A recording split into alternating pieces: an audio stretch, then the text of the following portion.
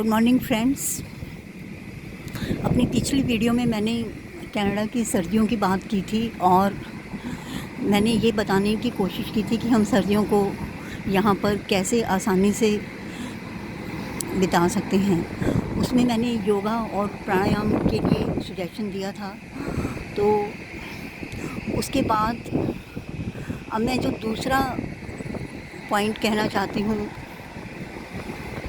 वो है खाने के बारे में।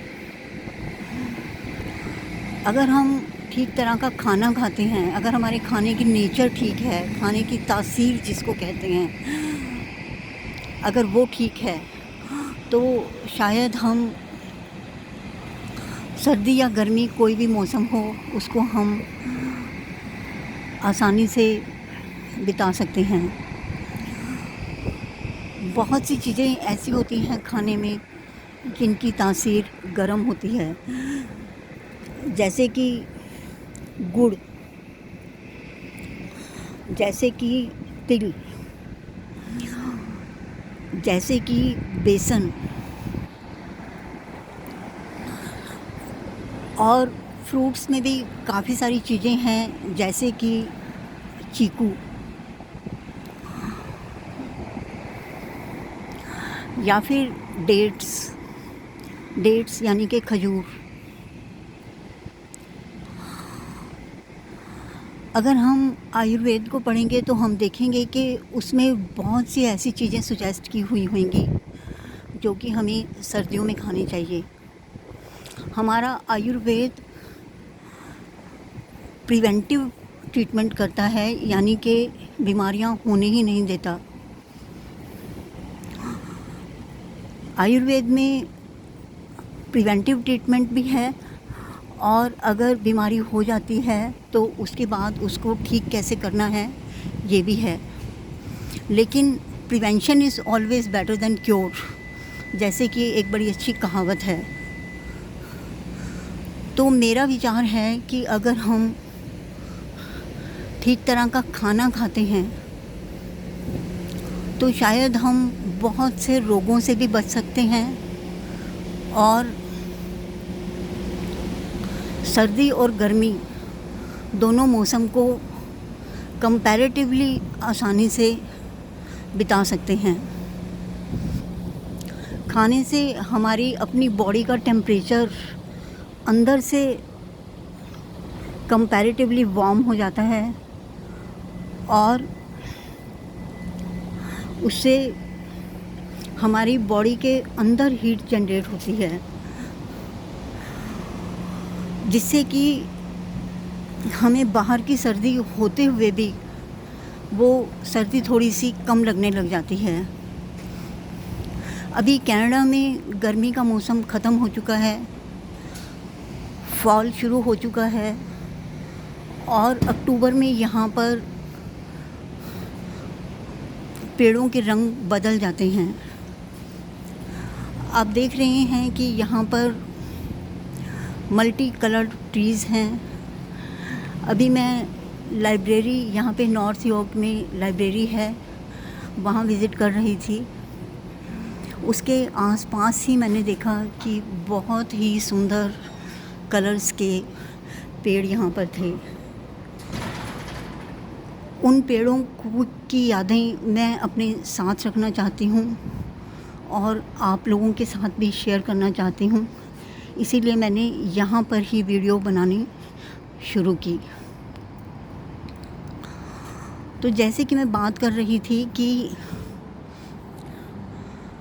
ये हमारे खाने पे डिपेंड करता है कि हमारी बॉडी का टेम्परेचर वार्म रहता है अंदर से या ठंडा रहता है।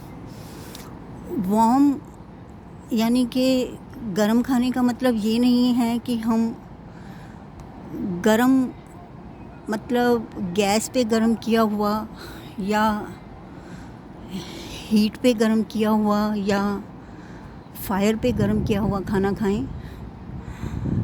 वार्म खाने का मतलब है जिस खाने की तासीर वार्म होती है, जो कि बाय नेचर वार्म होता है। नेचर ने बहुत से खाने की जो तासीर है वो ठंडी रखी है, और बहुत से खाने ऐसे हैं जिनकी तासीर गर्म है। दोनों तरह से हर सीज़न के लिए नेचर ने हमारा अरेंजमेंट किया हुआ है। डिपेंड करता है कि हम उसको यूज़ करते हैं या नहीं। नेट पे आपको बहुत कुछ मिल जाएगा ऐसा मटेरियल वीडियो पे, जहाँ आपको पता चलेगा कि और भी कितनी ही चीज़ें हैं जो तासीर में गर्म होती हैं, जिनकी नेचर गर्म होती है। अगर हम वो चीज़ें खाएंगे तो वो खाने से हमारी बॉडी का टेम्परेचर कंपैरेटिवली अंदर से वार्म रहेगा और उससे हमें सर्दी कम लगेगी। तीसरी बात मैं एक और आप लोगों के साथ शेयर करना चाहती हूँ, वो ये है कि अगर आप अपने बच्चों को बाहर पढ़ने के लिए भेजते हैं या कोई भी फैमिली पीआर पे आती है, ख़ास तौर पर जो बच्चे यहाँ पढ़ने के लिए आते हैं, उन बच्चों को भी मैं सुजेस्ट करूँगी और उनके पेरेंट्स को भी मैं ये रिक्वेस्ट करूँगी कि वो अपने बच्चों को खाना बनाना यहाँ पर ज़रूर सिखा कर भेजें। बहुत बार ऐसा होता है कि बच्चों को खुद खाना बनाना नहीं होता। इंडिया में नॉर्मली हम अपने बच्चों को बहुत लाड़ प्यार से पालते हैं। काफ़ी बार कंपटीशन पढ़ाई का इतना ज़्यादा होता है कि हम सोचते हैं कि बस बच्चे पढ़ाई में एक्सेल कर जाएं, कैरियर में एक्सेल कर जाएं, बाकी सब कुछ अपने आप बाद में कर लेंगे। लेकिन यहाँ आने के बाद अगर बच्चों को खुद को खाना बनाना नहीं आता तो आई थिंक वो अपनी लाइफ में डेफिनेटली कुछ ना कुछ प्रॉब्लम फेस करेंगे, क्योंकि यहाँ पर इंडियन खाना मिलता भी है, इंडिया के रेस्टोरेंट हैं यहाँ पर, लेकिन ऐसा नहीं है कि हम घर से उतरेंगे और हमारे घर के नीचे तुम्हें रेस्टोरेंट मिल जाएगा। यहाँ पर इंडियन रेस्टोरेंट आपको थोड़ी दूरी पे मिलेंगे और वो ढूंढने पड़ेंगे आपको। और दूसरा, जो खाना होगा यहाँ पे इंडियन रेस्टोरेंट पे वो काफ़ी महंगा होगा। काफ़ी महंगा मीन्स आई मीन टू से कि अगर हम इंडिया में रह रहे हैं और यहाँ आके बिल्कुल शुरू में जब अगर बाहर खाना शुरू करेंगे एज ए स्टूडेंट, तो आपको वो खाना महंगा लगेगा। जैसे कि नॉर्मली 20-30 डॉलर में यहाँ पे आपको बहुत ही एक एवरेज सा खाना मिलेगा किसी रेस्टोरेंट पे। हाँ, बाकी कुछ जगह पे हो सकता है सस्ता भी मिलता हो और इससे महंगा भी मिलता है। और यहाँ पर प्लस पॉइंट ये है कि यहाँ पर सब आटा, दाल, चीनी, सब्जियाँ सब मिलती हैं यहाँ पर। जो डिफरेंट कंट्रीज़ में जो चीज़ें मिलती हैं वो सब यहाँ पर नॉर्मली अवेलेबल हैं डिफरेंट कंट्रीज़ के लिए, क्योंकि यहाँ खाने के लिए बहुत बड़े बड़े स्टोर्स हैं जहाँ पर आपको नॉर्मली हर वैरायटी की चीज़ें कच्ची मिल सकती हैं, सब्जियाँ, दालें, फ्रूट्स। हाँ, जो फ्रूट्स और सब्जियां हैं वो यहाँ पे डेफिनेटली महंगी हैं, इंडिया से करीब 5-6 टाइम्स मोर महंगी हैं, लेकिन बाकी और राशन पानी वगैरह यहाँ पे सब कुछ मिलता है। तो लेकिन अगर आप खुद बनाना आपको आता है तो कम से कम आप अपनी चॉइस का खाना बना सकते हैं।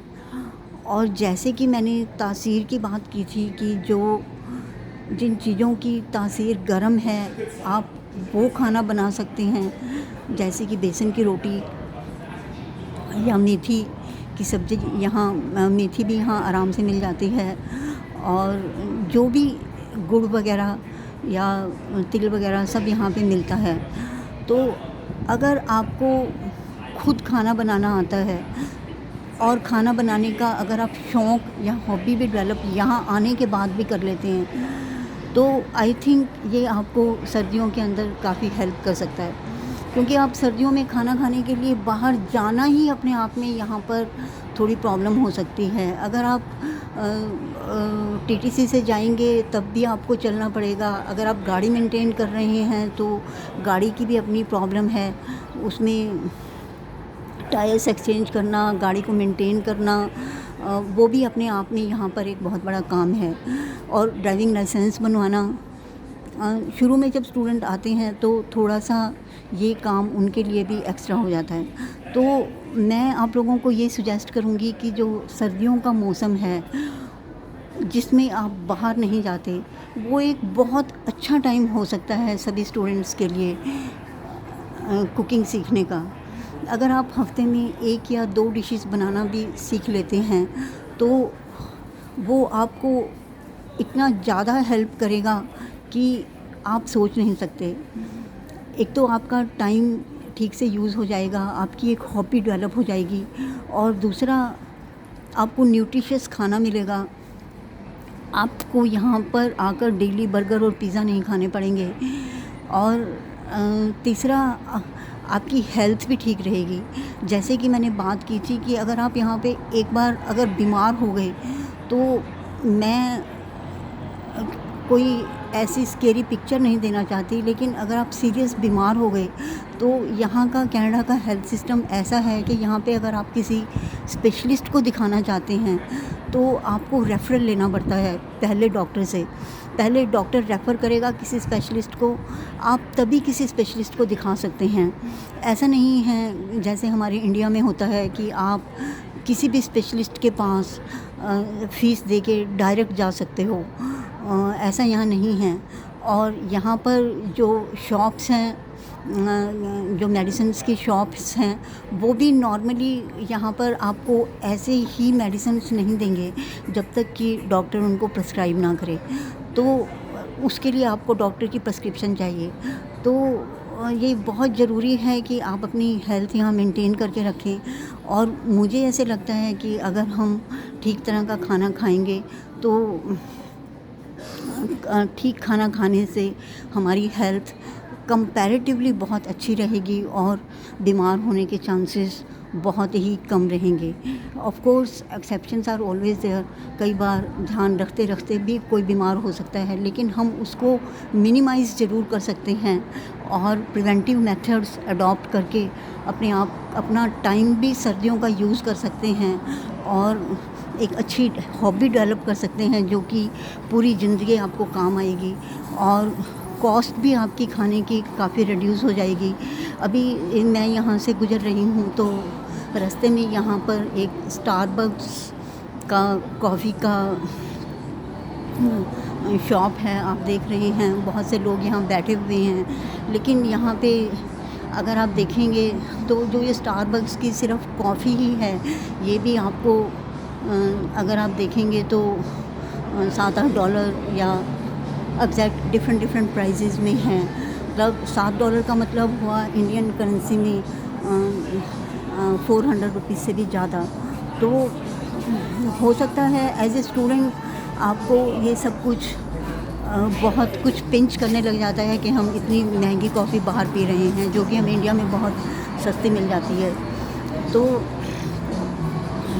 और हो सकता है इससे भी महंगी कॉफ़ीज़ यहाँ पे हैं। नॉर्मली आप देखेंगे कि अलग अलग तरह की हैं, तो वो इससे भी ज़्यादा महंगी भी हैं। तो मैं इसी तरह से खाने की जैसे मैंने बात की थी, तो खाना भी यहाँ पर महंगा है, तो इंडिया के मुकाबले में महंगा लगता है। लेकिन जब एक बार आप यहाँ कमाने लग जाते हो, यहाँ की करेंसी में जब आप कमाने लग जाते हो, तो आपको ये सब कुछ नॉर्मल लगने लग जाता है। फिर आप डॉलर में कमा रहे हो और डॉलर में ही खर्च कर रहे हो, तो फिर आपको वो सब कुछ पिंच इतना ज़्यादा नहीं करता, फिर वो एक नॉर्मल सी बात लगने लग जाती है। लेकिन जब तक आप स्टूडेंट हैं तब तक नेचुरली, और अगर आप एक बहुत मिडिल क्लास फैमिली से आ रहे हैं जहाँ पेरेंट्स ने कुछ स्ट्रगल करके आपको यहाँ पर भेजा है, तो उस टाइम में आपको इतना पैसा एकदम से बाहर खर्च करना थोड़ा सा पेनफुल हो सकता है। तो मैं आप लोगों को ये रिक्वेस्ट करूँगी कि यहाँ पर सारा मटेरियल खाना बनाने का अवेलेबल है, इंक्लूडिंग चाय, कॉफ़ी। कोई ऐसी चीज़ नहीं है जो यहाँ पर ना मिलती हो। तो आप उसको एक्सप्लोर करें और अपने फ्रेंड्स के साथ विज़िट करें डिफरेंट प्लेसेस और उनके साथ में कुकिंग को एंजॉय करें। और ये सर्दियों का मौसम एक बहुत ही ज़्यादा अच्छा मौसम है जब आप इस हॉबी को आराम से डेवलप कर सकते हैं। और धीरे धीरे अगर आप डेवलप कर लेंगे तो ये आपके लाइफ में बहुत ही ज़्यादा आपको ना सिर्फ सर्दियों में बल्कि थ्रू आउट द ईयर बहुत ज़्यादा हेल्प करेगी।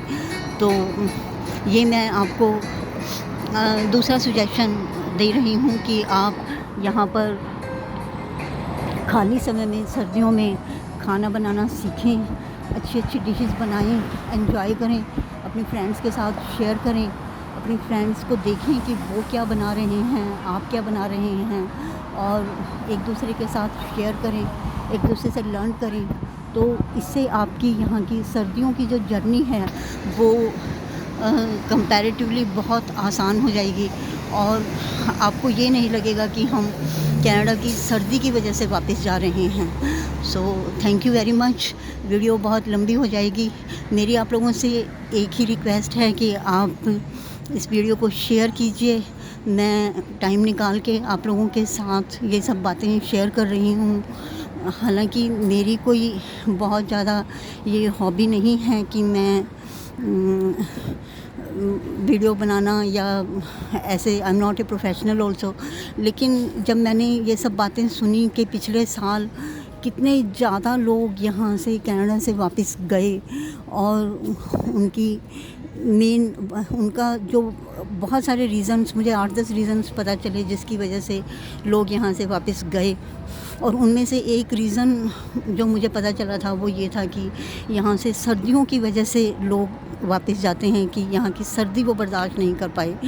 तो मुझे लगा कि मैं ये सब सजेशंस आप लोगों के साथ शेयर करूं जो मुझे ठीक लगते हैं। तो मेरी आपसे एक ही रिक्वेस्ट है कि आप ये मेरे सजेशंस आप मैक्सिमम शेयर कीजिए।